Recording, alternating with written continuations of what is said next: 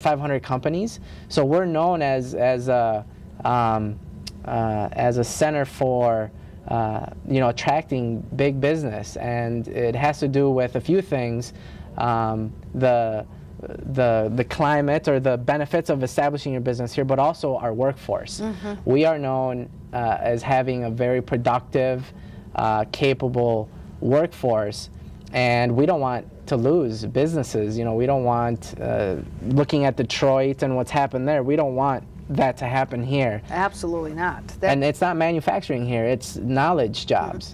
So we need to make sure the kids are prepared. Yeah, that's right. If you want to expand those businesses, the knowledge jobs, as you describe it, certainly having your workforce and your kids coming out of high school with a good education is critical, because that's who the new workers are going to be in this area. The other aspect of what you had talked about is that when you were talking about the school that had been closed, it had been your school that where you had learned English, and that's where you were given English.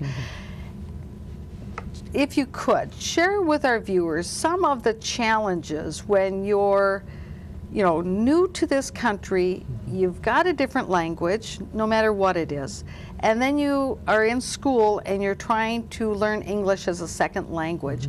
What are some of the challenges that our students have who are English is their second language? So I'll speak to that from a volunteer perspective, because I am very involved in the schools, and I mentor the kids now, and I hear from them, and they share personal challenges and things like that. If you look at me, I don't look like your typical Latino. So growing up, I was light-skinned, green-eyed kid, so I didn't receive a lot of, or I wasn't subject to bullying or racism, and people didn't call me names. A couple of times in high school when people knew what Martinez was, right, or they learned about my background. But a lot of, some of my siblings actually, and friends, close friends, experience things that are still going on today. So talking about the just bullying, and it's a difficult social climate for them. So they're trying to learn, their parents are encouraging them, you can do it.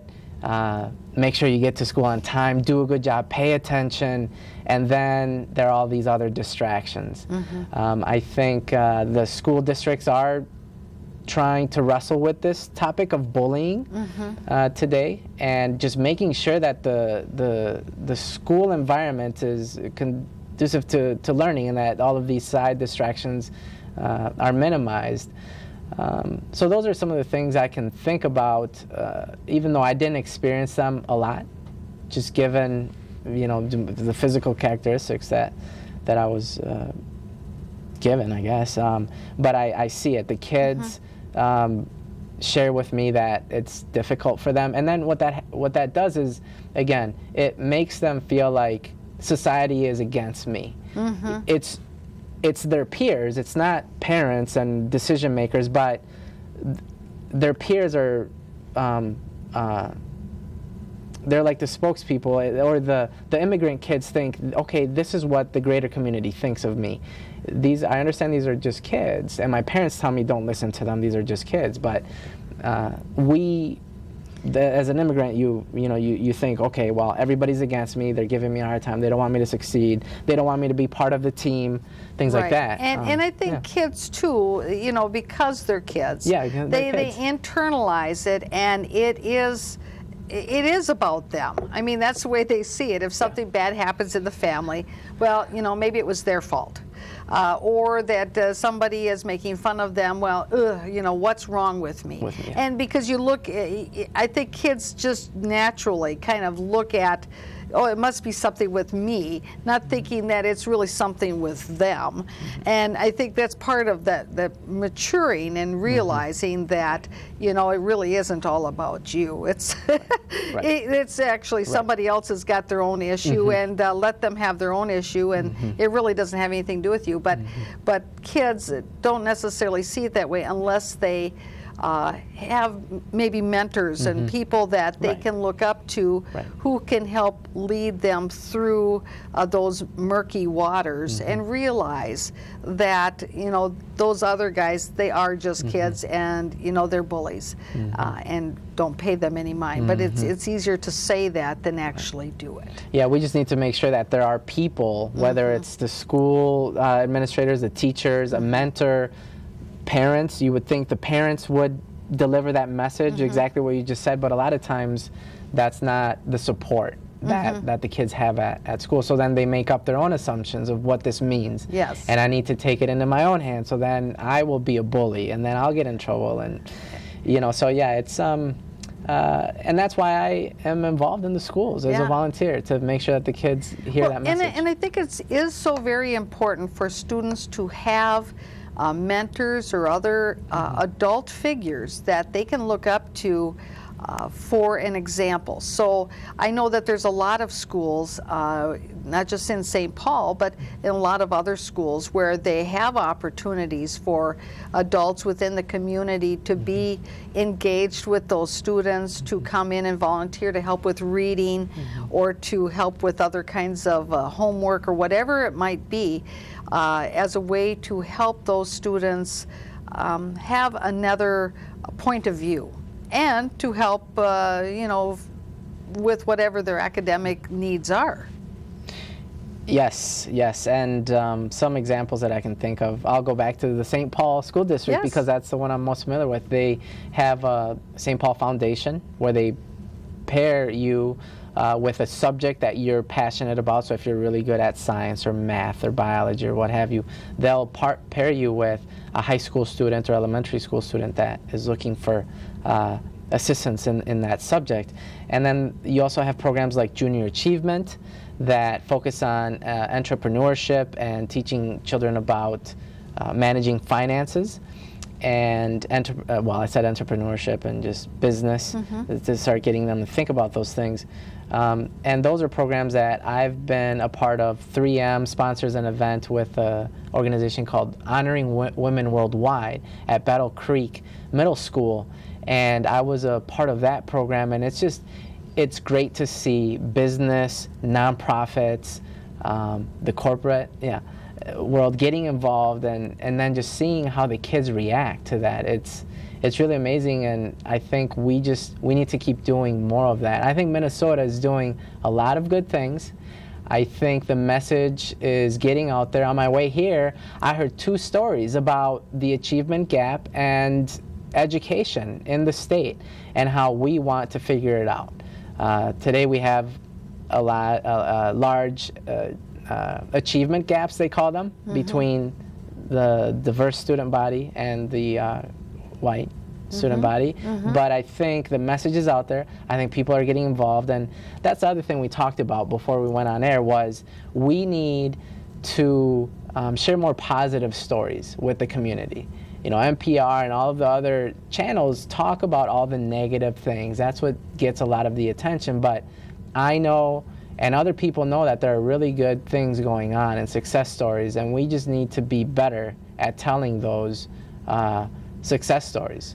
Right, but unfortunately, telling success stories doesn't get you the increase in your points or your viewership, because people tend to want to hear, oh my God, what was those horrible stories, because that's what they want to tune into. But you're right, we need to look more at what are some of the great things going on, because that, again, helps to set that example. And you mentioned entrepreneurship, and I would be willing to bet that if you were just to go and survey a bunch of people in the metro area here, predominantly on the east side of the metro here, and asked them where they thought the Latino community was, they would probably say, well, first thing that would come to mind would be West St. Paul. And then to ask them, well, what do you think they do there? They would probably say, well, they have businesses there. And I'm just kind of, throwing that out there, that if you were to look at the general stereotype, if you were doing a survey, I would say that that's probably what the answers might predominantly be. And so this idea, though, about entrepreneurship and about businesses and about going into business and small business, that, again, to me, is part of that American dream of being your own boss, of having your own shop, of doing something in your community and being productive. And you had given me a little statistic that that 3 out of 12 of the Bethel MBA members are Latino. That's 25%. Right. That's an incredible number when you think about it. So talk about this whole idea about entrepreneurship, the stereotype that the Latino entrepreneurs are only in West St. Paul, and this whole idea about you know, such a high percentage are in the MBA program. Right, so that was a shock to me. I'm enrolling at Bethel, a predominantly Caucasian student body, and I find myself in a cohort with 11 other individuals, and 2 of them are Latino. So here we are, 3 Latino guys, you know, in our 30s, and I just had to sit back and think about that for a while. And another reason why we're here is to tell the story that while 45% of the Latino students are not graduating, there are enough going on to college and then going on to pursue their MBAs or starting businesses where that ends up making a positive impact in the community. They're creating jobs, they're generating revenue for the state, etc. I recently saw a statistic, and this was published by the Chicano Latino Affairs Council. It's a council that works closely with the governor, and they advocate for the Latino community at the Capitol. 16% of all small businesses in the state are Latino-owned. But we're 5%, 6% of the population. So there's a high level of entrepreneurship in the Latino community. And I forget what the numbers are exactly as far as revenues, like $6 billion in revenue and thousands of jobs created. And the Latino community, these business owners have revitalized or helped revitalize various kind of commercial corridors. I'm thinking of like Lake Street and then West St. Paul, which you were mentioning, but there are others. You get into the greater Minnesota region, and a lot of the companies, whether they be poultry, I forget what some of them are, but they're staffed by Latino employees. They may not be owned by Latino employees, but there are different ways that the Latino community is making an impact in that realm of entrepreneurship. And in my world of corporate America, I am also seeing executives, Latino executives coming in. They may not be homegrown. They may not be folks who went through our school system and got into their companies, but they're coming in and they're leading organizations. And I think going back to the point we made earlier about we want companies to be in tune with the changing demographics. Well, if you have somebody at the controlling the product development or the marketing that understands that consumer, that community, then you're probably going to have a better chance of succeeding, getting that community's business.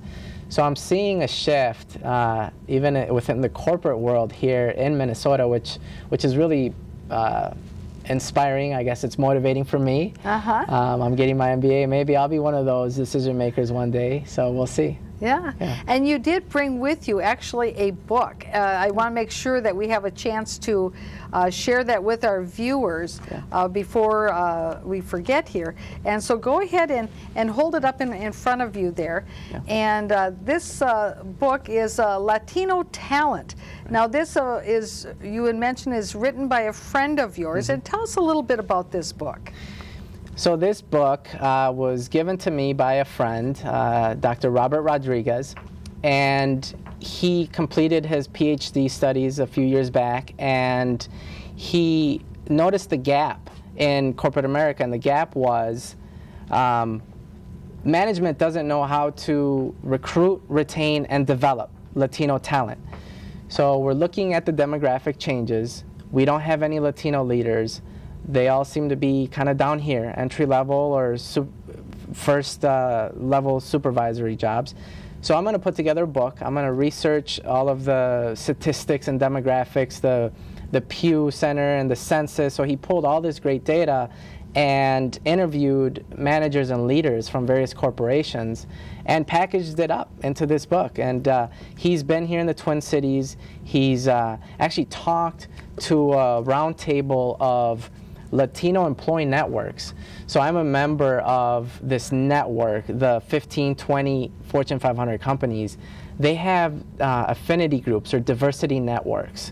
And I think it's 12 of us from the different companies have come together as a Latino employee network of the Twin Cities. And we brought him in, and we brought in other speakers to just help foster community within corporate America in the Twin Cities to make sure we stay here. A lot of these companies recruit from out of state, so we want to create community in the state and then help each other progress professionally. And this is one resource that we leverage, and I think there are a few other people working on essays or their PhDs. I'm doing my MBA, and I have an interest in this topic, so it's good. We have some homegrown folks that are kind of coming of age, so it'll be exciting. And I think this is, again, something very important, not just for the metro area, but for many other places. This whole concept that, you know, you don't want to have the brain drain, so to speak, that when you have professionals in your community, that you want to encourage them to be able to stay, because once they're here and they're established, they're part of what creates the larger community. And if you're able to build that really strong professional network in your community, there is that trickle down so that they are involved then in what's going on in the decisions in their community. Then the children who are in the community, they have somebody to look up to. There's a role model or 2 or 3 or 5 or 10. And it really does help to then foster a much more positive network all around. Whereas if you find that is leaving your community, then it really does change the whole dynamics of what's going on for the future of that community. And most of the people I know that are in these networks in the corporate world understand what the kids are going through today. And we are service oriented. It seems that many of the Latinos I meet want to give back. So we help organize events where we all go into a Spanish immersion school or a community with a high diverse student body, and we give back. We mentor them. Just so they can see, hey, it can be done. You can do it, and here we are. So there's this kind of systemic change taking place. You've got the St. Paul Foundation watching over the kids in the elementary and high school. Then you have organizations like, which we haven't talked about yet, a fraternity, a multicultural fraternity that I was a part of establishing at the University of Minnesota. And that organization helps students make sure that they graduate. So all of these folks are trying to get kids into college, but then a lot of them drop out. And this organization, Sigma Lambda Beta Fraternity, watches over these kids and encourages them to get involved in the university community. And I give 95% of the credit to that organization for my success in college. There were a couple of times that I almost dropped out and said, forget it. And those guys pulled me back in and said, no, we're going to help you. And that got me through. And now we have this corporate network. So the kids that are in school now will have these organizations as they progress in their careers. And that's what we need to have happen. And it's happening, so it's exciting. Yes, and that is a very important point, that for those students who go to college, that if they're engaged, to keep them engaged so that they will finish. Because I do agree that some of the main reasons why kids drop out of college is that they just feel like they're not really part of what's going on. They're kind of outside it all. They just don't feel like they're part of whatever this big community is. They're just another number. So who really cares if they're there or not? What are they getting out of it?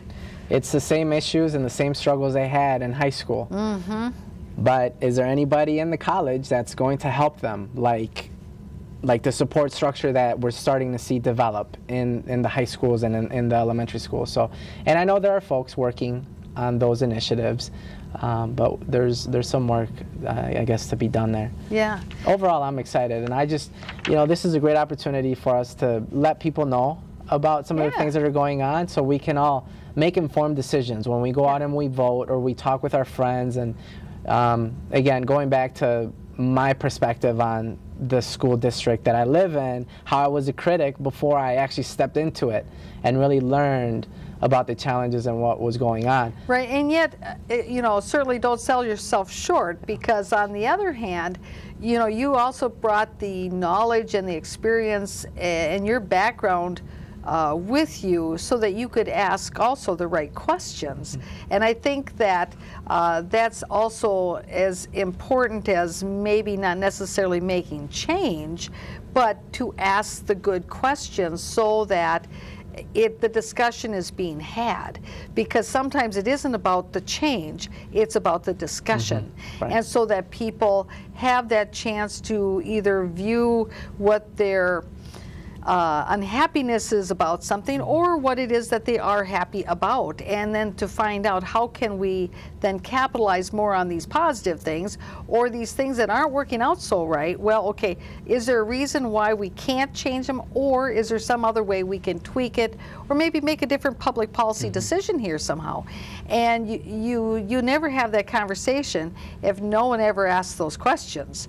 Otherwise, you all just sit around the table and say, oh, well, I guess it's fine, when obviously not everything is fine, because you wouldn't have the committee working on it if everything was fine. Right. And just having that perspective of, for me personally, I received a lot of assistance. My family was on public assistance. We mentioned the reduced or free lunch tickets. And then going into college, I did receive a few grants, like Pell Grants, and I was part of a summer bridge program, they called it, where they bring in students who are good students. So I had a 2.95 GPA in high school. I was right in the middle of my class, but I had no guidance as to what is college, how do I get in. I found out about this program at the University of Minnesota. They brought me in, gave me the rundown really quick. I went through 2 courses, completed 2 courses, and then they sent me on my way. Now I'm a homeowner. We've purchased cars. We pay taxes, our home, taxes, the levies. So being someone who has benefited or we've seen the impact. I've seen, and my wife and my family has seen the impact that all of these programs have on individuals. And again, that's another message I want the audience to receive, because many people don't have the benefit of seeing where their tax dollars are going or why these programs are in place. And I just want folks to know that I'm an example of some of those programs being effective, but now I sit at home and I pay a lot of money for daycare, and I'm paying my own tuition for my graduate studies, and I sometimes catch myself saying, well, should other people get a free ride? But then immediately I think, well, I was a beneficiary of those. Right, and there's always going to be that debate. Yeah. There always is going to be that debate. But in the end, when you look at the kids that are receiving these benefits, they need them. It's not their making, that they grew up in a circumstance that was that way. Right. And it gives them an opportunity to have that potential. Right. It's just then, are we also helping to give other things that are non-financial, that in the way of support, whether or not it's mentors or it's other type of guidance, so that way they can make the best use of the fact that they were given a helping hand, and so was their family. And because I don't think anybody begrudges giving a helping hand to folks who don't have the food and don't have the energy, the money to pay for their electricity, for the fuel or whatever, because you don't want people freezing that's just not humane. Right. That's not humane. Right. But I think, as we mentioned at the beginning of the show, it's not just about the money, though. Right. It's an acknowledgement of that emotional and other kind of social support, and having those kinds of support networks. And it's not just the money. And so if you have a good other type of support working together with it, then you end up with good results where you've got kids then who then, are able to graduate, that they've got that education, that they can move on, that they can have